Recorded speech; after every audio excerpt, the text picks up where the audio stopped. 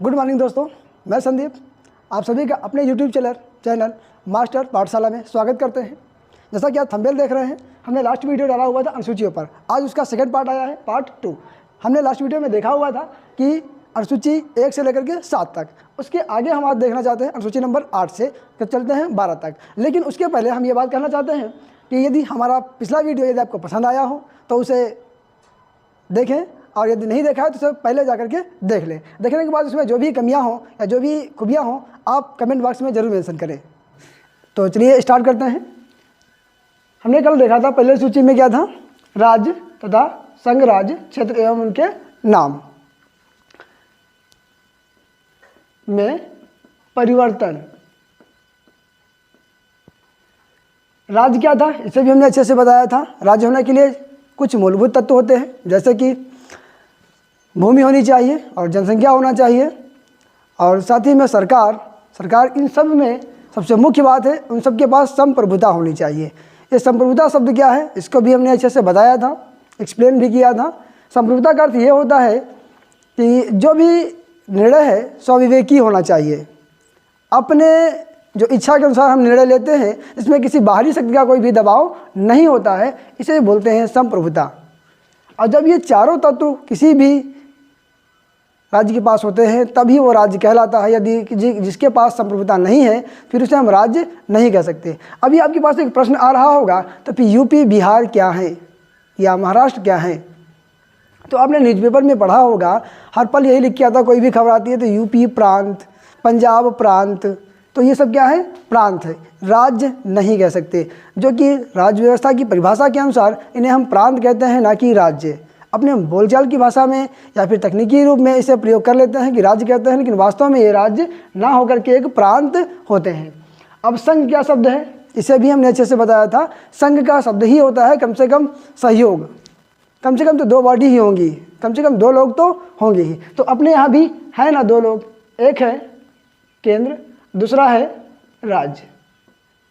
केंद्र और राज्य 2 हैं, लेकिन ज़रूरतों के अनुसार शासन व्यवस्था सुदृढ़ तरीके से ना चल पाने की वजह से कुछ पल बाद यहाँ पर इस राज्य के अलावा भी एक बने हैं, जिसे बोलते हैं पंचायत।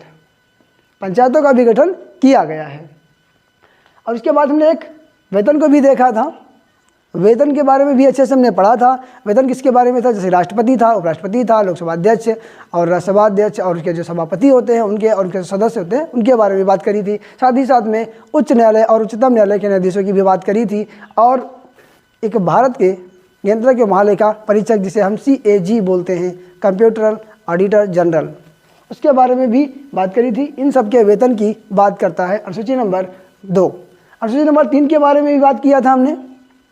यहाँ पर यह बात कही गई थी कि जितने भी व्यक्ति, अभी हमने बात करी है वेतन के लिए, वो सभी व्यक्ति जब वेतन लेंगे तो कार्य करने की निष्ठा भी दिखाएंगे, तो वो सभी यहाँ पर शपथ लेते हैं। शपथ मतलब ओथ लेते हैं। यहाँ पर अगला भी शब्द है संघ राज्य क्षेत्रों के मध्य सीटों का बंटवारा। अब सीटों के बंटवारे के बारे में भी हमने अच्छे से एक्सप्लेन किया था लास्ट वीडियो में, ये दिखाया गया था। जैसे कि एग्जाम्पल हमने लिया था राजस्थान, और साथ ही में एक दिया था बिहार, और एक दिया था अपना प्यारा उत्तर प्रदेश।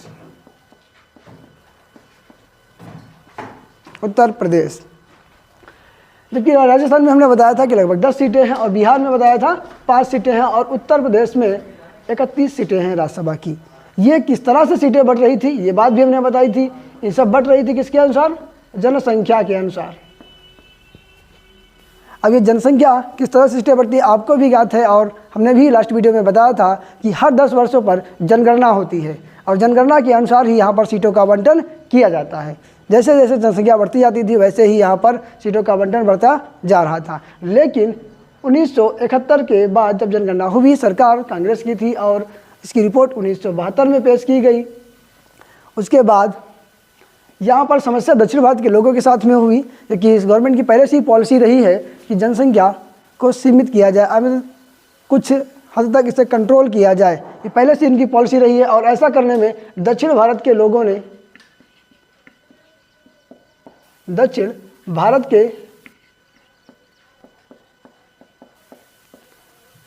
ने जनसंख्या को सीमित करने के लिए गवर्नमेंट की पॉलिसियों का प्रयोग किया।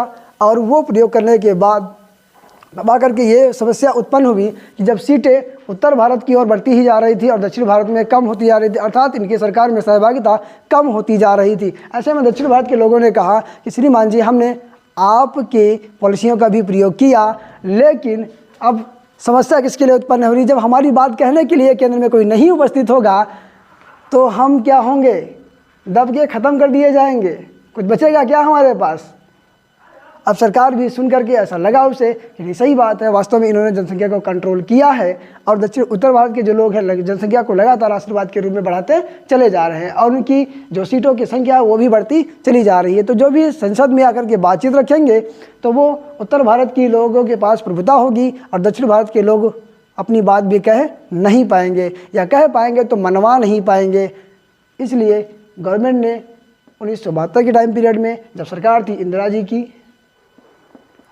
जी की अर्थात कांग्रेस पार्टी की, ऐसे में उन्होंने क्या किया, एक बिल लेकर के आती हैं जिसमें ये बात कह दी गई होती है कि 2000 तक इसमें कोई भी परिवर्तन सीटों में नहीं किया जाएगा। लेकिन ये बात नहीं थी कि यहाँ पर जनगणना नहीं होगी। जनगणना तो पहले की बात ही हर 10 वर्षों में की जाएगी, लेकिन सीटों का आवंटन रोक दिया गया था सन 2000 तक। उसके बाद जब सरकार आती है, यह संशोधन होता है 42वें नंबर का।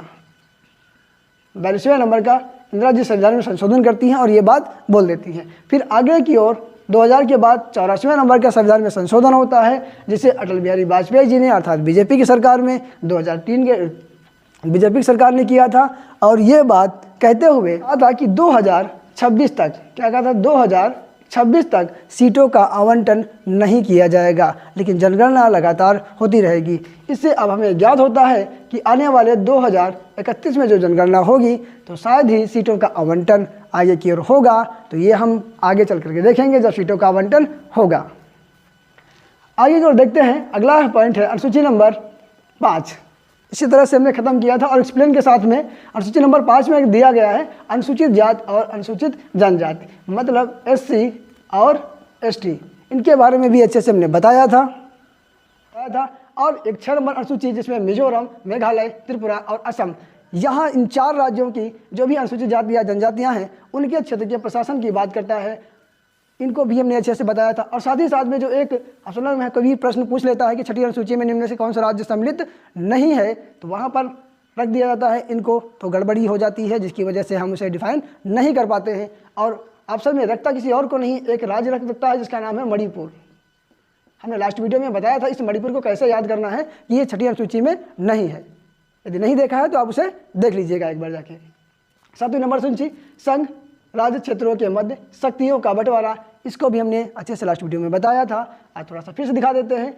शक्तियों का बंटवारा कैसा होता है कि एक संघ सूची होती है, संघ सूची, दूसरी एक संघ सूची, दूसरी राज्य सूची और तीसरी समवर्ती सूची। संघ सूची यह वह सूची है जिस पर नियम या कानून बनाने की शक्ति सिर्फ और सिर्फ केंद्र के पास होती है। किसके पास? केंद्र के पास होती है। राज्य सूची संबंधित यह वह सूची है जिसके अंतर्गत प्रत्येक राज्य अपनी ज़रूरतों के अनुसार यहाँ पर नियम बना लेते हैं। और समवर्ती सूची यह वह सूची है जिसमें केंद्र व राज्य दोनों इस पर नियम बना सकते हैं। कभी कभी समस्या ये उत्पन्न हो जाती है आकर के कि राज्य भी समवर्ती सूची पर एक नियम बना दे और संघ भी उस पर एक नियम बना दे, ऐसे में विवाद हो जाता है। जैसे कि आपने अभी देखा हुआ था, भूमि सुधार संबंधी नियम बनाए गए थे, राज्य अपने अलग अलग बना के रखे हुए थे और केंद्र ने अपना अलग बना लिया था। इसके पर्पज़ में काफ़ी किसानों ने आकर धरना प्रदर्शन भी किया, इसे आपने भी अच्छे से देखा होगा। ऐसे में नियम राज्यों के खारिज कर दिए जाते हैं और संघ के अर्थात केंद्र सरकार के नियम लागू कर दिए जाते हैं। अब देखते हैं, आइए हम चलते हैं आज के दिन। अगला अनुसूची 7-8 नंबर है, वो क्या है? भाषा। तो मूल संविधान में टोटल 14 भाषाएं थी। कितनी भाषाएं थी? 14 भाषाएं थी। तो ये 14 भाषाएं आगे चल कर के 22 भाषाओं में कैसे कन्वर्ट हुई, इनकी कैसे क्या जरूरत पड़ी, ये हम देखते हैं आज। देखते हैं, भाषाएं हैं 14। जब 26 जनवरी 1950 को संविधान लागू हुआ था उस समय हमारे पास 14 भाषाएं थी। अब ये आप भी जानते हैं कि भाषाओं को लगातार आपने देखा होगा कि जो 1953 के टाइम पीरियड में एक फजल अली आयोग बना हुआ था जिसमें यह बात कही गई थी आंध्र प्रदेश का गठन हमें भाषा के आधार पर करना होगा। इसके लिए कई सारे वाद विवाद हुए। जब हम लोग संविधान के अंदर के आर्टिकल को पढ़ रहे होंगे या इनके कुछ संशोधन को पढ़ रहे होंगे तब हम इनके बारे में बहुत ही अच्छे से डिटेल में बताएंगे। लेकिन फिलहाल हम अभी आपको भाषाओं को जोड़कर बताते हैं कि कौन सी भाषा कब जोड़ी गई और किस तरह से जोड़ी गई। तो देखते हैं, पहला संविधान में 21वें नंबर का संशोधन हुआ। संविधान में 21वें नंबर का संशोधन हुआ जो कि 1967 के टाइम पीरियड में हुआ। सरकार कांग्रेस की हुआ करती थी। अब इस टाइम पीरियड में भाषा जोड़ी गई एक सिंधी। तो इस प्रश्न को भी अच्छे से ध्यान रखेंगे क्योंकि यहाँ पर कहा जाता है कि संविधान में पहली भाषा कब जोड़ी गई। तो पहली भाषा 1967 के टाइम पीरियड में किस संशोधन के द्वारा, तो 21वें संविधान के संशोधन द्वारा। भाषा कौन सी जोड़ी गई, तो सिंधी भाषा जोड़ी गई। फिर अगली बात करते हैं 71वें नंबर में। 71वें नंबर का संविधान में संशोधन किया जाता है जो कि किया जाता है 1992 में। यहाँ पर भाषा कितनी जोड़ी जाती हैं, तो 3 भाषाएं जोड़ी जाती हैं। एक होती है नेपाली, दूसरी होती है कोंकणी, तीसरी होती है मणिपुरी। अब इनको याद करने की एक तरीका है, जिसे बोलते हैं नामक। ना से नेपाली, मा से मणिपुरी, का से कोंकणी। याद रखेंगे अच्छे से। ये संविधान में संशोधन कौन से नंबर का है, 71वें नंबर का। हुआ कब है, तो 1992 का है। अगली और अभी कितनी हो गई हैं, 14, 15, 16, 17 और 18। अभी हमारे पास 4 भाषाएं और जोड़ने को हैं जो कि जोड़ी जाती हैं। 92वें नंबर के संविधान में संशोधन किया जाता है जो कि होता है 2003 में। 2003 में यहाँ की बात करें तो कौन कौन सी भाषाएं जोड़ी जाती हैं, तो नंबर 1 बोडो, डोंगरी,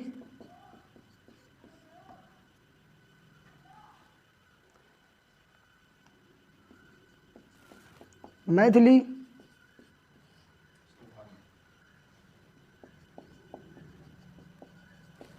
संथाली। इसे याद करने का तरीका है BDMS। बी से बोडो, डी से डोंगरी, एम से मैथिली, एस से संथाली। इसे भी अच्छे से याद करेंगे और सूची नंबर अपनी 8 समाप्त होती है। इस तरह से अपनी 14 भाषाओं से 22 भाषा में परिवर्तन हुआ है। इसे भी अच्छे से याद रखेंगे और ये भी याद रखेंगे कौन से संविधान के संशोधन से कौन सी भाषा जोड़ी गई और कब जोड़ी गई है। आइए अब देखते हैं आगे 9 नंबर सूची को, भूमि सुधार।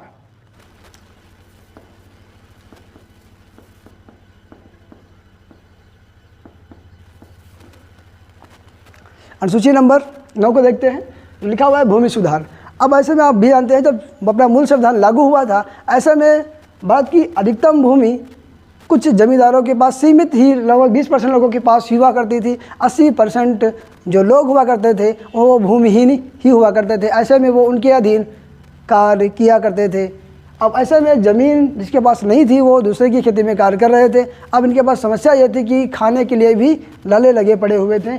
ऐसे में गवर्नमेंट ने विचार किया, क्योंकि गवर्नमेंट अपनी पहले से ही समाजवादी परंपरा को लेकर चलती है, ऐसे में गवर्नमेंट ने विचार किया कि ये जो ज़मीन है इनमें कुछ प्रतिबंध लगा दिया जाए और जो गरीब लोग हैं या गरीब निचले तबके के लोग उनको कुछ ज़मीन आवंटन कर दी जाए जैसे उनका भी गुजारा हो सके।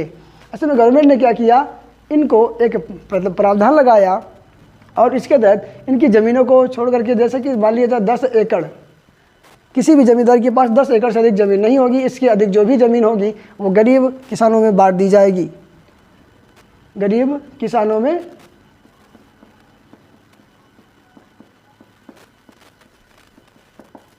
बांट दी जाए।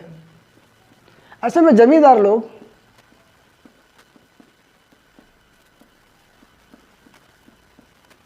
लोग जाकर के सुप्रीम कोर्ट के पास केस फाइल कर देते हैं। अब ये बात जब सुप्रीम कोर्ट को पता चलती है तो सुप्रीम कोर्ट भी आकर के इनसे पूछती है कि श्रीमान जी आपने ये क्या कर दिया। उन्होंने कहा कि हमें जो अपने यहाँ के गरीब लोग हैं वो भूखे मर रहे थे, इसलिए हमने इनकी ज़मीन को थोड़ा सा हस्तक्षेप करके लोगों में बांट दी है। तो ऐसे में उन्होंने कहा जमींदारों ने कि श्रीमान जी शायद इनको याद नहीं है कि ज़मीन हमारा संपत्ति है और संपत्ति हमारा मूल अधिकार है। सुप्रीम कोर्ट ने भी देखा कि रियल में भूमि एक संपत्ति है और संपत्ति ही इनका मूल अधिकार है। अब वहाँ पर सरकार को फटकार लगाते हुए उसे रोक देती है और ज़मीन को फिर से ज़मींदार के पास वापस कर दी जाती है। लेकिन ऐसे में सरकार भी अडिग थी, उसने आकर के एक किया 1991 में पहला संविधान में संशोधन। पहला संविधान में संशोधन कर दिया।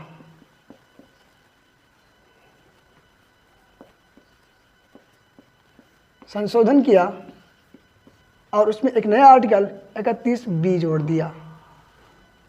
आर्टिकल 31B जोड़ा, उसमें यह बात कही गई थी यदि कोई भी संविधान संबंधित या भूमि संबंधित हम कोई भी सुधार करना चाहते हैं तो कर सकते हैं, और यदि उसे हमने आर्टिकल नंबर 31 के बी में डाल दिया जाए तो उसकी सुप्रीम कोर्ट भी इसकी न्यायिक पुनर्विलोकन या फिर न्यायिक समीक्षा नहीं कर सकती। अब ये बात जो विवाद चल रहा था कि मूल संपत्ति का, और इसे भी खारिज करते हुए इसे एक 300 का के तहत भूमि की जो मूल संपत्ति था उसे हटा करके कानूनी अधिकार दे दिया। कानूनी अधिकार दिया और ये बात कह दी यदि सर्वांगीण विकास के तहत भूमि का अधिग्रहण किया जाता है तो वह कानून हित में होगा, उसे रोका नहीं जा सकता। इस तरह से सूची नंबर 9 का भी गठन हुआ और ये 1991 में पहले संविधान संशोधन के द्वारा जोड़ दी जाती है। तो इसे भी हम अच्छे से याद रखेंगे कि भूमि सुधार जो संबंधी नियम बनाए गए हैं और सूची नंबर 9 में है, जो कि पहले ही संविधान संशोधन में हुआ है। इस समय सरकार पंडित जवाहरलाल नेहरू जी की हुआ करती थी और राष्ट्रपति भारत के पहले राष्ट्रपति जिसका नाम डॉक्टर राजेंद्र प्रसाद जी था। दल बदल विरोधी कानून के बारे में देखते हैं।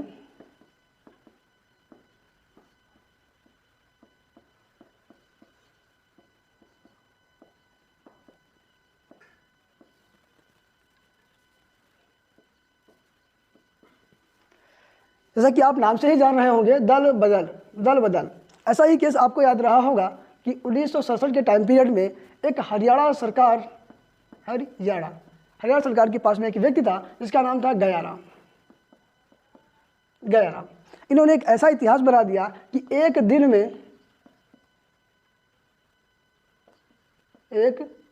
में 3 बार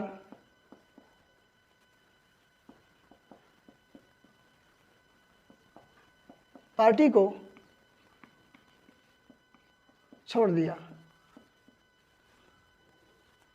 ऐसे में सरकार को भी लगातार डर बना रहा कि इसलिए बोलते हैं ना आया राम गया राम, इसलिए बोल देते हैं आया राम गया राम। ये गया राम ही है जो बढ़िया सा शब्द देके जाता है, आया राम गया राम। ये गया राम है जो हरियाणा सरकार को हिला के निकल जाता है। और हरियाणा सरकार को हिलाने के दौरान ये भी बड़ी बात है कि एक दिन में कोई भी व्यक्ति 3 पार्टियों को चेंज कर दे। जब 3 पार्टियों को चेंज कर रहा है, सरकार को भी दहशत बनी बैठी हुए है कि सरकार कब गिर जाएगी, कब तक बनी रहेगी, इसका कोई गारंटी नहीं है। ऐसे में सरकार लगातार भरसक प्रयास करती रही कि कोई कानून लाया जाए, लेकिन ये संभव नहीं हो पा रहा था। आकर के अंत में एक संविधान में संशोधन आ ही जाता है। 52वें नंबर का संविधान में संशोधन होता है जो कि होता है 1985 में। सरकार होती है राजीव गांधी जी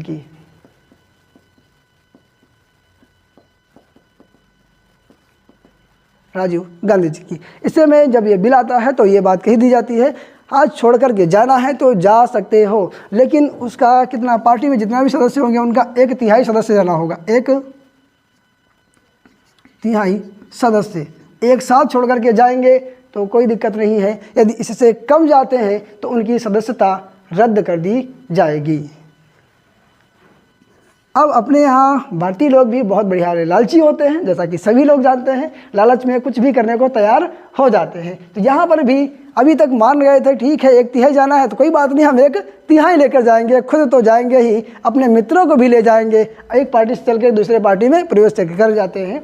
ऐसे में सरकार को फिर वही समस्या आके बनी रही कि 1/3 रही बात या पहले दल बदल संबंधी रही बात, कोई परिवर्तन नहीं हो पा रहा। फिर अगला नंबर 91वें नंबर का संविधान में संशोधन कर दिया जाता है। अब ये 1/3 से बढ़ा करके 2/3 कर दिया जाता है।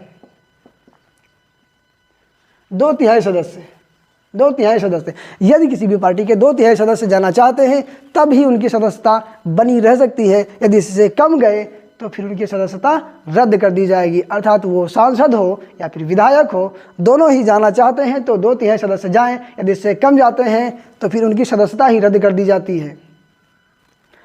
इस प्रावधान की वजह से कुछ सरकार पर या कुछ दल बदल विरोधी वाले लोगों पर अंकुश लगाया जा सका, लेकिन ये बात समस्या बनी आ रही थी। जो निर्दलीय व्यक्ति लड़ते हैं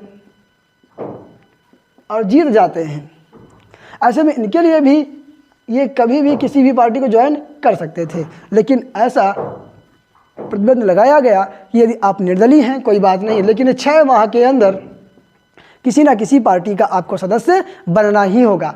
अब जैसे ही वह उस पार्टी के सदस्य बन जाते हैं तो फिर से वही नियम लागू हो जाते हैं जो सभी पार्टी के सदस्यों पर लागू रहते हैं। और ये एक बात और भी आ जाती है, जो जिसका नामांकन किया जाता है माननीय सदस्यों के साथ में भी यही प्रावधान होता है जो निर्दलीय वालों के साथ भी होता है। माननीय नामांकन तो कर दिया जाता है, वो नामांकन के 6 माह के अंदर ही किसी न किसी पार्टी की सदस्यता इनको लेनी पड़ती है। यदि ऐसा वो नहीं करते हैं तो फिर इनकी सदस्यता भी रद्द कर दी जाती है। तो हमने आज देखा है दूसरी अनुसूची नंबर 10 को, जिसमें यह बात कही गई थी दल बदल विरोधी कानून। अब ये कानून भी हमने देखा है किस तरह से आया और क्यों आया था, और ये भी देखा अंत तक कैसे क्या चलता रहा। अब आकर के आइए हम देखते हैं अनुसूची नंबर 11 को, जिसे बोलते हैं ग्राम पंचायतें। अब ग्राम पंचायतों की ज़रूरत कैसे पड़ी और क्यों पड़ी सरकार को, इसके बारे में आइए हम देखते हैं। अनुसूची नंबर 11 को देखते हैं, जिसमें लिखा हुआ है ग्राम पंचायतें। ग्राम पंचायतें, अब सरकार को ग्राम पंचायतों के गठन की प्रावधान क्यों लाना पड़ा और कैसे लाना पड़ा, तो आज आइए हम देखते हैं इनके बारे में। हमने अभी क्या कहा, संघ शब्द। संघ शब्द में हमने ये बात भी कही थी कि कम से कम 2 बॉडी तो होंगी ही होंगी। तो अपने यहाँ भी है, एक केंद्र है और दूसरा राज्य है। पहला केंद्र है, दूसरा राज्य है। अब केंद्र अनुशासित करता है राज्य को। अब राज्य के पास में एक बहुत बड़ा एरिया होने के कारण यह लोगों के पास तक नहीं पहुंच पाता। चलिए हम बोलचाल की भाषा में शब्दों का प्रयोग करते हैं। यदि हम देखते हैं राज्य में, मान लिया हम मुख्यमंत्री बना हो, कोई भी व्यक्ति मुख्यमंत्री बना है या विधायक बना हुआ है, तो क्या हर ग्राम का या हर गाँव का व्यक्ति हम या फिर जाना चाहते हैं विधायक से बात करने के लिए, तो क्या बात कर पाते हैं? महीनों चक्कर लगाते हैं, वहाँ के जो गार्ड होते हैं वही हमें प्रवेश करने नहीं देते हैं। और ऐसे में हमारे यहाँ का जो विकास है वो ना ही हो पाता है, और लगातार ऐसे ही चलता रहा। तो सरकार को ऐसा लगा कि हम हर घर के व्यक्तियों के पास पहुँच नहीं पा रहे हैं। ऐसे में सरकार ने सोचते सोचते 73वें संविधान में संशोधन किया। 73वें नंबर का संविधान में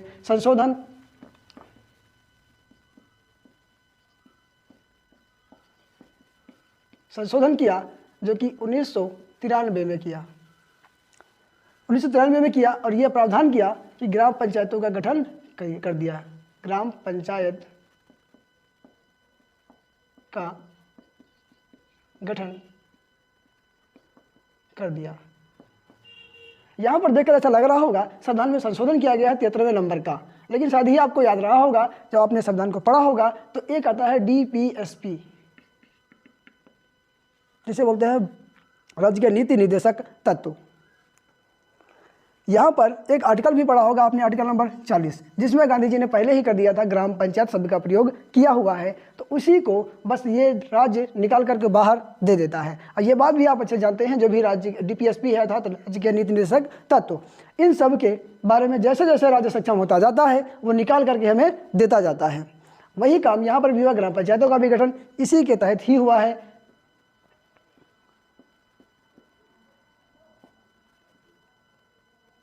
इसी के तहत ही हुआ है।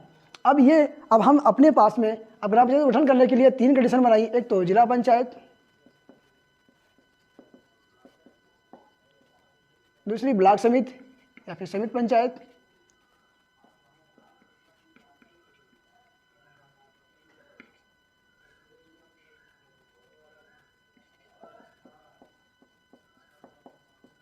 पंचायत समिति, तीसरा है ग्राम पंचायत।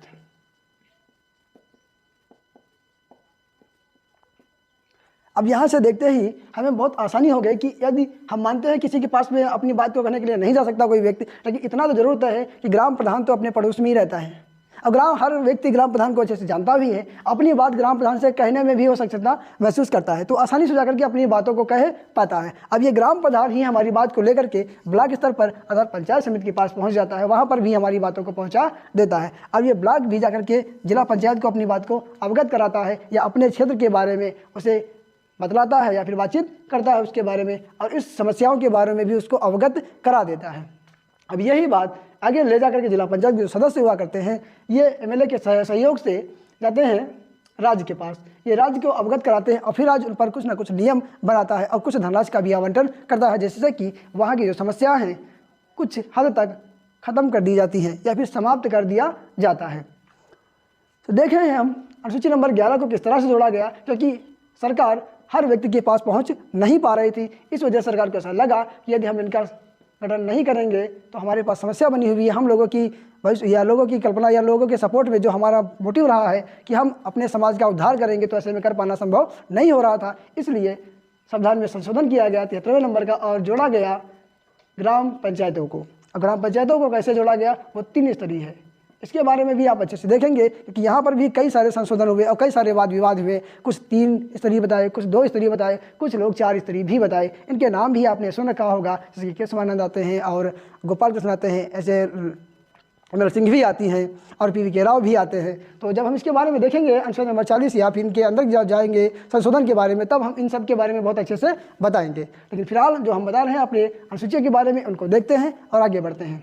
इसी तरह से अनुसूची नंबर 12 को भी जोड़ा जाता है। इसमें लिखा है नगर पंचायतें, क्योंकि समस्या यही बनी है, गांव में जाकर के गांव स्तर पर तो काम चालू हो गया, लेकिन शहरों में भी यही समस्या बनी हुई थी कि शहर के व्यक्ति भी पार्टिसिपेट नहीं कर पा रहे थे। इसलिए शहरों में भी 3 स्तरीय ही पंचायतों का गठन किया गया, जिसे बोल दिया नगर पंचायत।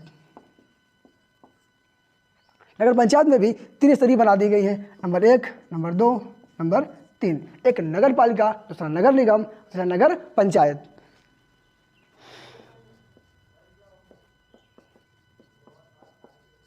नगर निगम, नगर पालिका, तीसरा नगर पंचायत।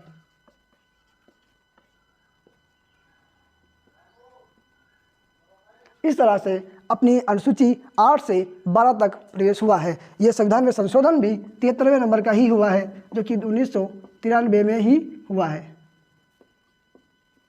इसको भी याद रखेंगे, कौन सा संविधान में संशोधन कब हुआ है और उससे कौन सी अनुसूची जोड़ी गई है, क्योंकि लगातार यहाँ से प्रश्न पूछे ही जाते हैं।